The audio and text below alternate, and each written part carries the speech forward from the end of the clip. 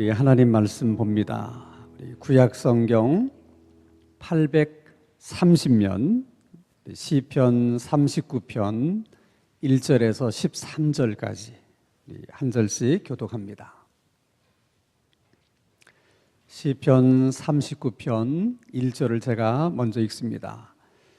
내가 말하기를 나의 행위를 조심하여 내 혀로 범죄하지 아니하리니 악인이 내 앞에 있을 때에 내가 내 입의 재갈을 먹이리라 하였도다.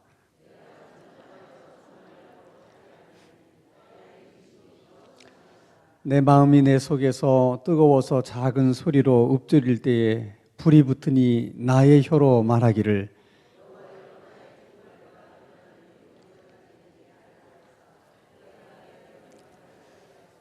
주께서 나의 날을 한 뼘 길이만큼 되게 하심에 나의 일생이 주 앞에는 없는 것 같사오니 사람은 그가 든든히 서 있는 때에도 진실로 모두가 허사뿐이니이다.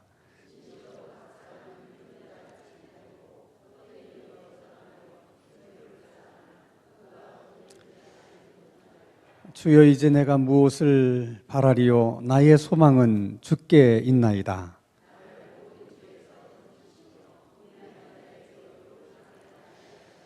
내가 잠잠하고 입을 열지 아니함은 주께서 이를 행하신 까닭이니이다.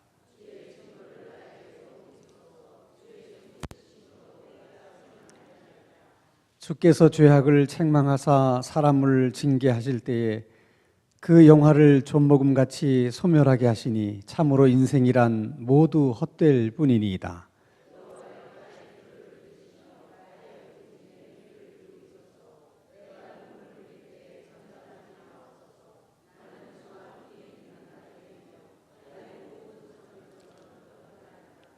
13절 다 함께. 주는 나를 용서하사 내가 떠나 없어지기 전에 나의 건강을 회복시키소서. 아멘. 우리가 인생을 살아가다 보면 아무 말도 할 수 없을 때가 종종 있어요. 이렇게 말하면 왠지 변명하는 것 같고 또 저렇게 말하면 혹시나 오해는 하지 않을까, 이런저런 생각 때문에 참 말하는 것이 어려울 때가 있습니다. 또 뭐 심하게 얘기하는 사람하고 같이 맞상대를 하다 보니까 나도 똑같은 사람 되는 것 같아서 에이, 한 살이라도 더 먹은 내가 참자 하고 참다 보면 속에서 막 열불이 나요.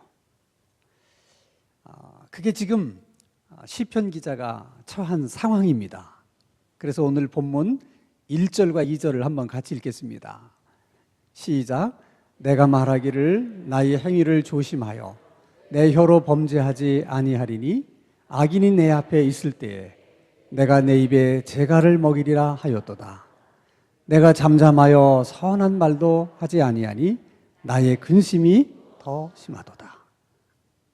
그러니까 여러분, 아무 말도 하지 않으려고 결심을 했는데 그러고 보니까 막 열불이 나는 거예요. 그럴 때 어떻게 하면 좋겠는가? 오늘 시편 39편이 바로 그 문제를 다루고 있습니다. 속이 부글부글 끓어오를 때, 또 열불이 날 때, 그때는 더더군다나 말을 해서는 안 됩니다. 왜냐하면 열이 날 때 말을 하면 대부분 그 말에 독이 묻어나요. 우리가 느끼든 느끼지 않든 우리 속에 있는 정말 그 아주 독 같은 그런 것이 우리 말에 나도 모르게 묻어납니다. 그러면 듣는 사람은 그 독 때문에 상처를 받게 되죠. 그러면 내가 말하는 의도는 이건 이렇고 저건 저렇고, 그것을 상대방이 깨닫고 얘기를 듣고 보니까 내가 잘못했구나, 얘기를 듣고 보니까 당신 말이 옳습니다, 사실은 그렇게 되기를 기대하는 마음으로 말을 하는 거잖아요. 근데 그게 이렇게 독이 묻어서 나오는 말을 상대방이 받을 때는 그게 상처가 돼서 내가 아무리 그것이 옳은 말이라 할지라도 그 사람은 그것이 옳게 들리질 않아요. 그리고 옳게 들으려고 하지를 않아요. 그러니까 소용이 없어요. 그래서 그런 경우 옳은 말이기 때문에 내가 한 말이지만 상대방을 보니까 그게 아니거든요. 그럼 괜히 말했다.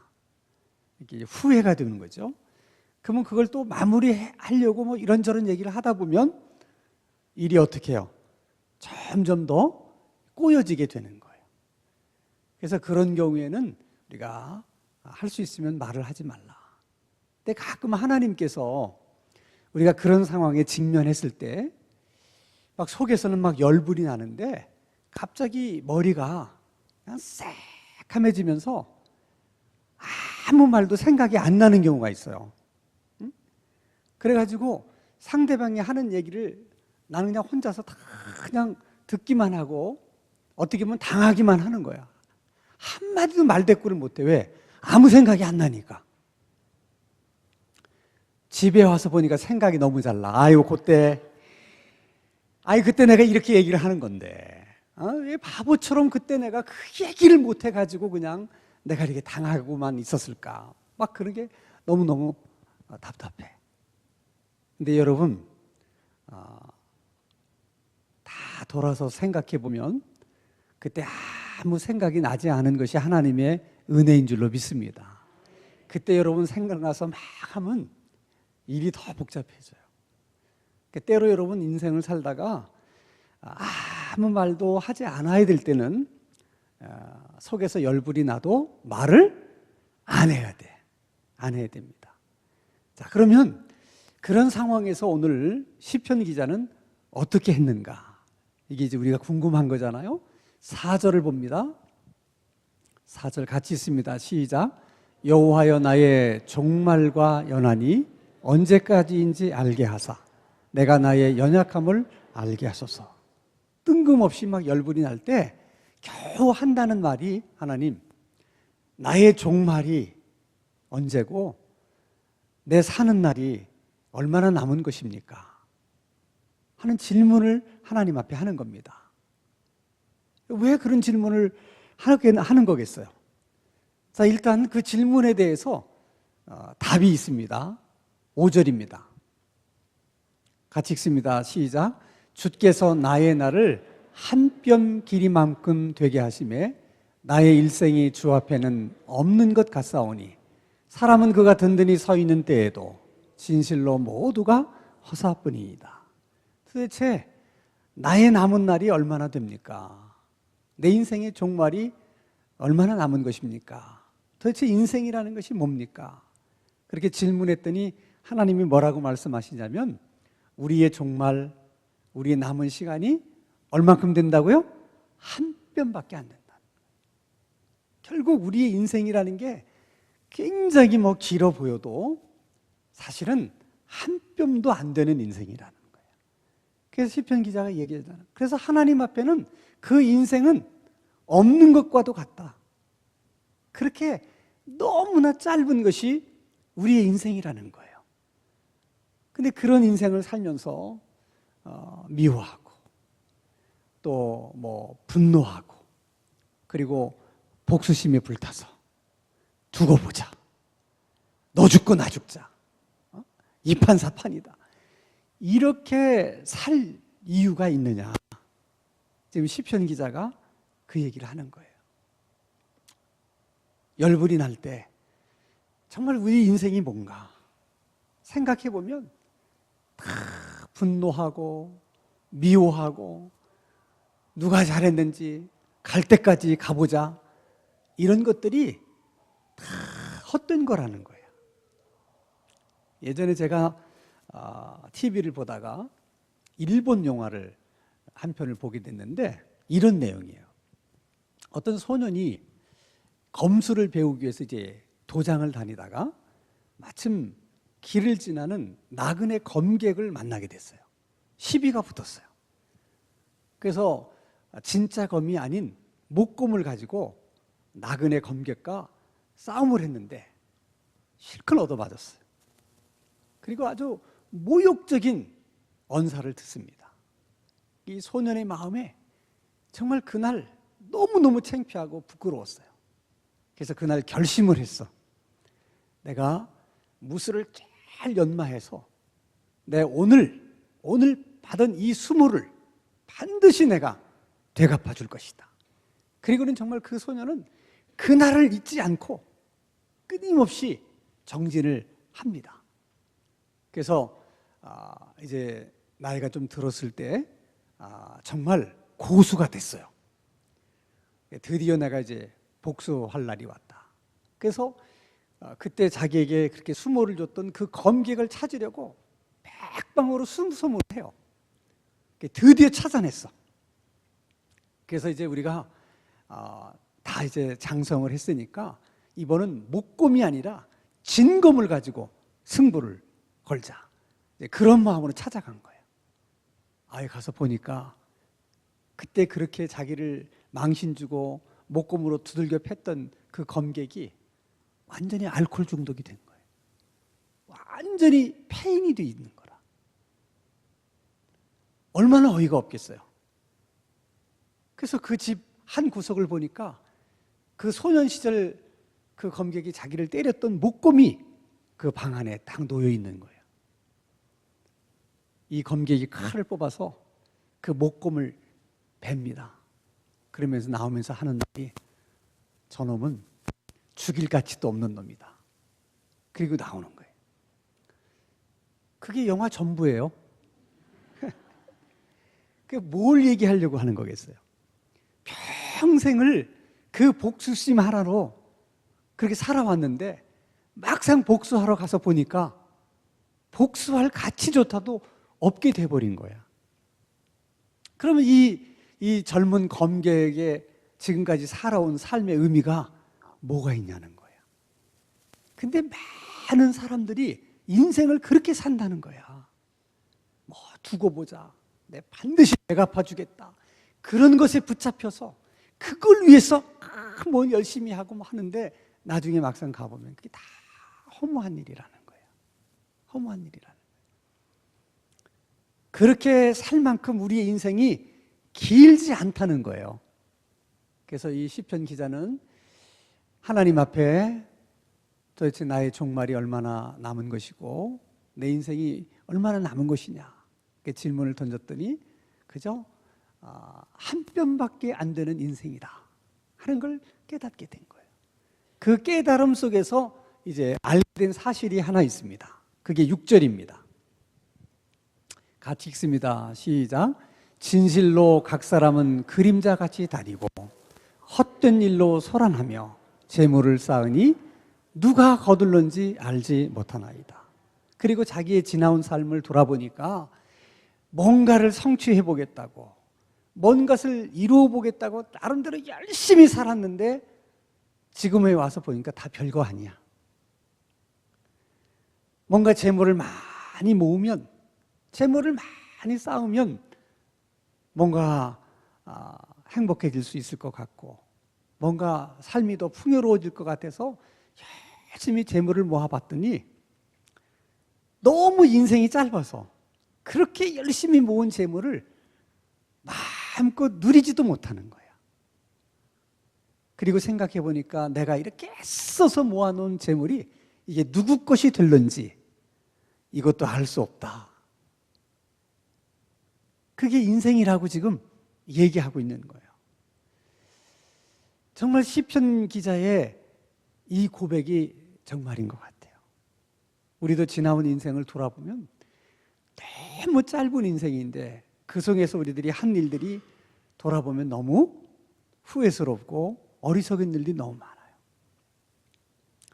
제가 언제도 한번 여러분들에게 말씀을 드린 적이 있습니다만은 제가 이제 어렸을 때 우리는 다 그 어렸을 때 뭐 특별한 놀이기구가 없어서 주로 이제 뭐 구슬치기 아니면 딱지치기를 많이 했어요. 딱지라는 건 이제 뭐 신문지 같은 거 이렇게 종이를 접어가지고 빳빳하게 만들어서 이제 딱지를 넘어뜨리면 이기는 거죠. 그 시절에 그 어린 그 아이들의 세계에서는 그게 대단한 거예요. 딱지가. 그 딱지를 많이 따면 진짜 큰 돈을 많이 번 것처럼 그렇게 마음이 뿌듯해요. 그래 딱지를 따면 개평도 하나씩 주고 그럼 또 얼마나 좋아하는지 몰라. 그래서 매일처럼 도전을 하는 거야. 그래서 이제 또 딱지를 갖고 또 합니다. 그럼 이게 딱지를 어떻게 어떤 종이로 만드느냐에 따라서 이게 이제 잘 넘어가기도 하고 덜 넘어가기도 해요. 이게 비장의 무기가 있는 거예요, 딱지도. 그래서 이제 나도 어느 날 더 단단한 딱지를 내가 만들어야 되겠다. 비장의 무기를 만들어야 되겠다. 그래서 그동안 내가 딴 딱지를 방 안에 가서 다 이제 풀어가지고 새로운 딱지를 만들려고 다 풀어놨어요. 야, 그 딱지를 다 풀어놓으니까 완전히 쓰레기가 한복판에 가득한 거예요. 여러분 생각해 보세요. 누가 딱지를 무슨 좋은 종이로 쓸만한 종이로 만드는 사람이 어디 있겠어요. 다 찌라시 같은 걸로 만드는데 이게 꾸격꾸격 다 이렇게 접었다가 다 펼쳐놓으니까 진짜 아무짝에도 쓸모없는 쓰레기야. 근데 그걸 가지고 그렇게 딱지를 많이 따면 그렇게 흐뭇해하고 그 딱지 하나 개평 주면서 뭐 큰 인심 쓰는 것처럼 주기도 하고 그 어린 시절에 그 기억이 아직도 내게 생생하게 남아있는 것은 정말 우리의 인생을 우리가 그렇게 사는 게 아닌가. 우리가 여러분 나중에 천국에 갔을 때 그 천국에서 지난 우리 인생을 뒤돌아보면 꼭 그 딱지 같은 그런 생각이 들지 않을까 그렇게 생각해요. 그래서 이 시편지자가 그런 걸 깨달으면서 너무 소중한 고백을 해요. 이건 체험에서 나오는 고백이에요. 이게 7절입니다. 같이 읽습니다. 시작. 주여. 이건 그냥 막 읽으면 안 돼. 주여. 이제 내가 무엇을 바라리요? 나의 소망은 주께 있나이다. 할렐루야. 저절로 할렐루야가 나와야 돼. 이 고백은 여러분 그냥 하는 게 아니에요. 정말 열불이 날 때 정말 하고 싶은 그 말까지 참아가면서 그러면서 하나님 도대체 인생이라는 게 뭡니까? 내게 남은 시간들이라는 게 뭡니까? 한 뼘조차 안 되는 그런 인생을 살면서 미움 속에 산다는 거, 복수하려는 마음을 품고 산다는 게 다 부질없는 일이고 뭔가 이뤄보겠다고 그렇게 동분서주하면서 돌아다녔던 일도 돌아보면 다 부질없는 일이고 재물이면 다 될 것 같아서 쌓아놓은 재물들 이게 다 누구 것이 될지도 모르는 재물을 그게 무슨 대단한 것처럼 그렇게 살아온 것도 다 헛된 일이고 그러니 주님 이제 와서 내가 이것을 깨달았는데 내가 이제 무엇을 내가 의지하고 내가 누구를 의지하고 무엇을 소망하며 누구를 소망하며 살겠습니까? 내가 의지할 분은 주님밖에 없습니다. 나의 소망은 주님밖에 없습니다. 이 너무나도 아름다운 고백을 하는 거예요. 여러분 이런 말이 있어요. 사람이 젊은 날에는 시행착오를 하면서 시간 다 보내고 중년의 나이에는 갈등하면서 시간을 다 보내다가 노년이 되면 후회하다가 인생을 마친다. 인생이 그렇게 빨리 지나가는 거예요. 우물쭈물 하다 보니까 벌써 인생이 다 끝나버리는 거예요. 그래서 여러분 정말 우리가 후회하지 않을 수 있는 인생을 산다는 것은 결국 내가 무엇을 의지하고 내가 누구에게 소망을 두느냐 거기에 달린 문제예요. 일이 좋지만 여러분 일에다가 모든 걸 올인하지 마세요. 여러분이 그렇게 생명처럼 여기는 그 일도 우리를 실망시킬 수 있어요. 재물이 좋은 것이긴 하지만 거기에 올인하지 마세요. 그것이 우리를 또 실망시킬 수 있어요. 그러나 여러분 우리 하나님은 결코 우리를 실망시키지 않으십니다. 그래서 주님께 대한 소망만이 후회하지 않을 수 있는 소망이에요. 그러니까 여러분, 일을 하더라도 늘 하나님의 소망 속에 일을 하시고, 재물을 모아도 하나님의 소망 속에서 재물을 모을 수 있기를 바랍니다. 괜히 쓸데없는 일로 여러분 바쁘게 살지 마시고 좀 기도하는 일로 바쁠 수 있기를 바랍니다. 그래서 하나님 말씀을 열심히 읽는 일에 바쁠 수 있기를 바랍니다. 그냥 재물만 쌓는 일에 정신 팔지 마시고 좀 기도 쌓는 일에 좀 정신이 없게 되기를 바랍니다. 할 수 있으면 선한 일, 선행을 많이 쌓는 일에 더 많이 바쁠 수 있는 저와 여러분이 되시기를 주님의 이름으로 축원합니다. 시편 기자의 고백처럼 오늘 기도회에 나온 우리 모두도 주님께만 소망을 두고 주님만을 의지하는 믿음의 삶을 살아갈 수 있게 되기를 주님의 이름으로 축원합니다.